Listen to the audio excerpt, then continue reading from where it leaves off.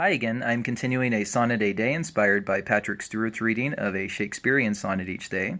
I'm reading a gospel sonnet by Ralph Erskine. I'm now in chapter 3, section 3.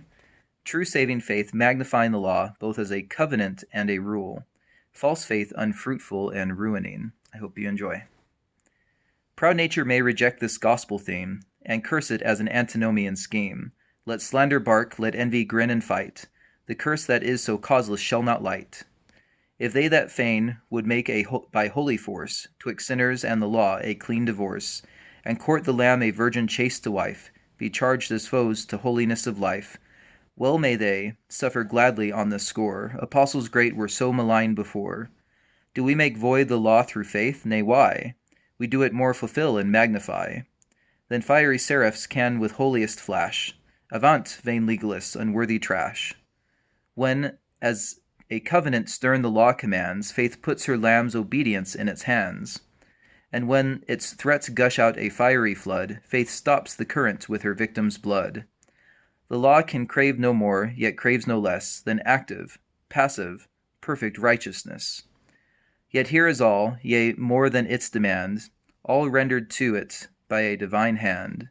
Mankind is bound law service to pay, yea, angel kind is also bound to obey.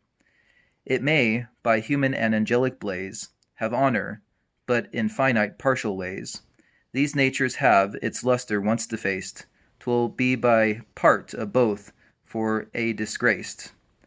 Yet had they all obsequious stood and true, they'd given the law no more than homage due. But faith givest honor, yet more great, more odd, the high, the humbler service of its God. Again to view the holy law's command as lodged in a mediator's hand. Faith gives it honor as a rule of life, and makes the bride the Lamb's obedient wife. Do homage to the law those never did, to whom the obedience pure of faith is hid. Faith works by love, and purifies the heart, and truth advances in the inward part.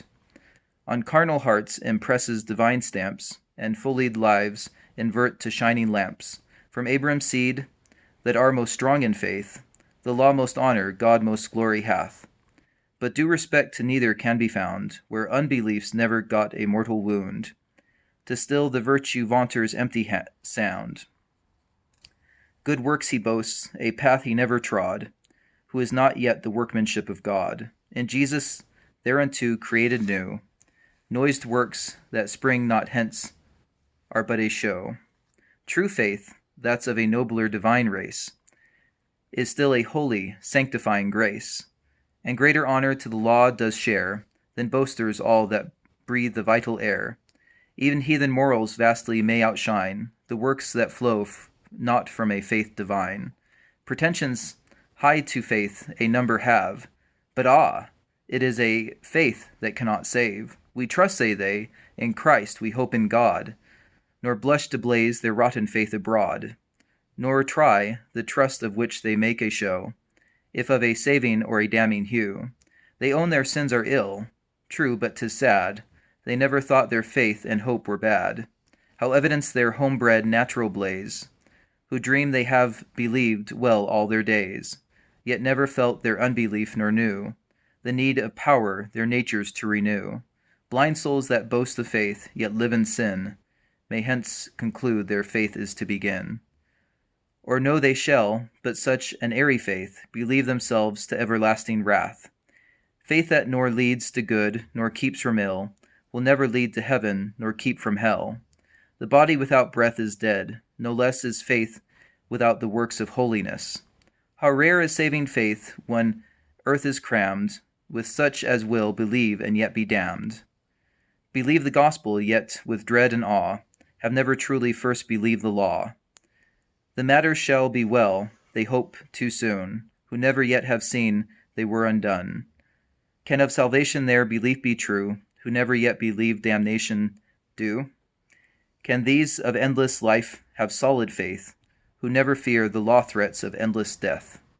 Nay, failed they ha'n't yet to the healing shore, who never felt their sinful, woeful sore. Imaginary faith is but a blind, that bears no fruit but of a deadly kind. Nor can from such a wild, unwholesome root the least production rise of living fruit. By saving faith can such an offspring breed, her native product is a holy seed. The fairest issues of the vital breath spring from the fertile womb of heaven-born faith. Yet boasts she nothing of her own, but brings auxiliaries from the King of Kings, who graves his royal law in rocky hearts, and gracious aid in softening showers imparts.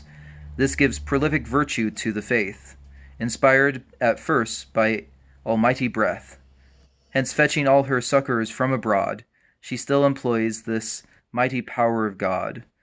Drained clean of native powers and legal aims, no strength by in and from Jehovah claims, and thus her service to the law o'ertops the towering zeal of Pharisaic fops. I hope you enjoy. Lord willing, I will see you next time.